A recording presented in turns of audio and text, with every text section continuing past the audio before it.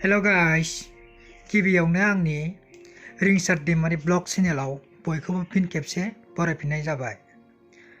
आसा खालामो भिडिअखौ मोजां मोनदोंबा नायलांबाय थागोन आरो भिडिअखौ नायलांबाय थादो। आं दा थांगासिनो। चेनेलाव गोदानबा अननानै चेनेलखौ साबस्क्राइब खालामना होदो प्लिज।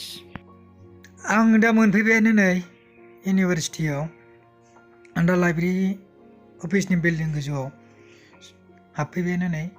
ओइ साइडजों गेट आरो बे गोजौआव फैयै फैयै ओरैजाय नैबेनो आरोना, नैबे पर्दा नुनायजों ओरै लेफ्ट साइडजों।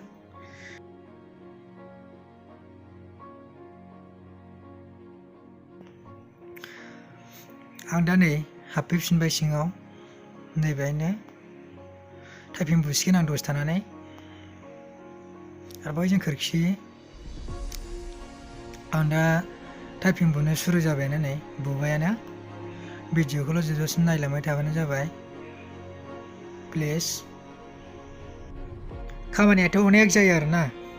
एखमबा समाव टाइपिं बुनांगौ जायो आरो जेरक्स बानायनांगौ जायो आरो लेखा जेरक्स बानायनांगौ जायो, प्रिन्ट आउट बानायनांगौ जायो।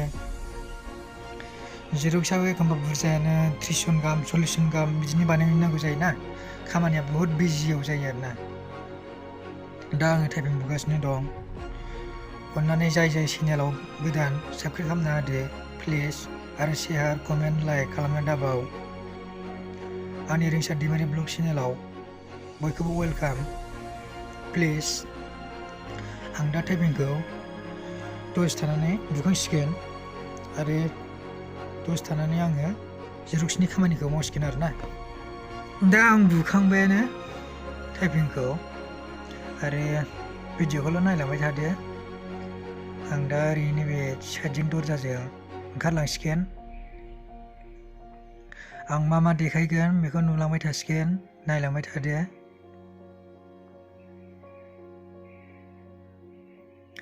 ओरैबायदि थान्दा जायोना बे सिङाव, सुइटार जेकेट गानाबानो थानो हाया। आं दा नैबेजों ओंखारलांसिगोन दरजाजों आरो ओरै साइडजों नैबे जाहैबाय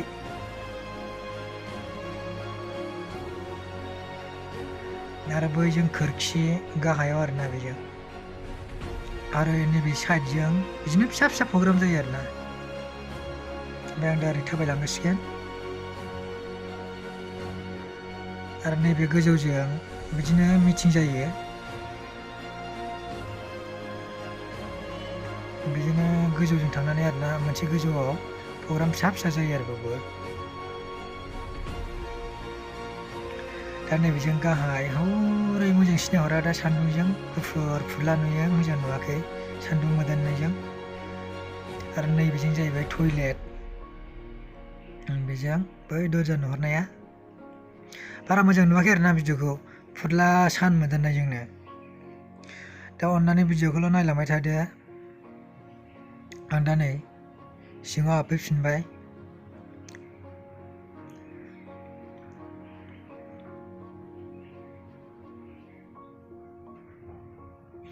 आं दा टाइपिंखौ बुखांनानै दोनखाबाय आरोना, खालि प्रिन्ट आउटल' बानायबानो जाबाय।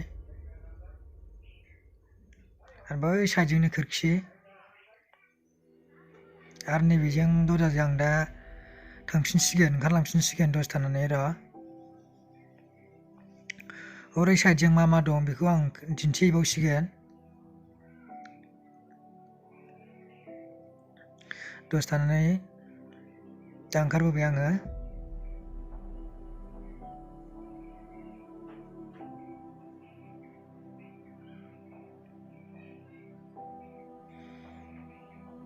ओरैबायदि थान्दा आरोना बाहाय सिङाव। गस्ला फिसा गाननानैथ' थानो हाखाया, जेकेट गानबासो माने गुसु मोनो आरोना। बै जाहैबाय अफिस, गोजा कालारनि नुहुरनाया।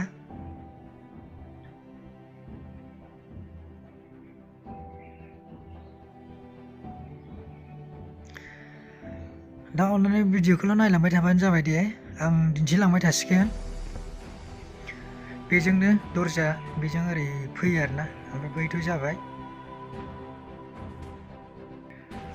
ओमफ्राय दा भिडिअखौल' नायलांबाय थादो आं खोन्थालांबाय थासिगोन खामानिखौथ' मिथिखायो मा मा जायो कम्पिउटारनि खामानिया आं दा बायहेरायाव ओंखारबोबाय नै साइडजों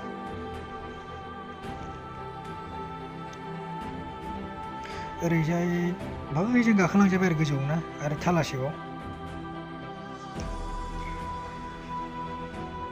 बै नुहुरनाया गेट ओमफ्राय बै अफिस ओमफ्राय बै साइडनिया डिपार्टमेन्ट जाहैबाय ना गाव गावबागाव मोनफा मोनफा मोनफा डिपार्टमेन्ट थायो नालाय बै नुहुरनाया जाबाय बड' डिपार्टमेन्ट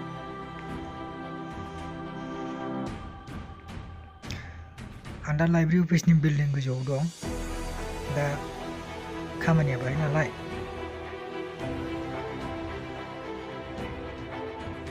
अनेकथा खामानि जायो हेभिनो हरनि 8टासिम मावनांगौ जायो एखनबा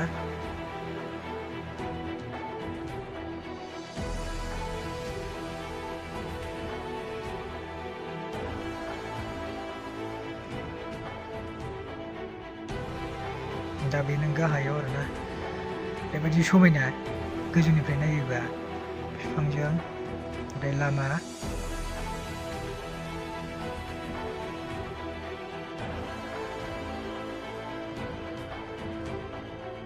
समायना रमायना आरो बिल्डिंजों लामा बिफां लाइफां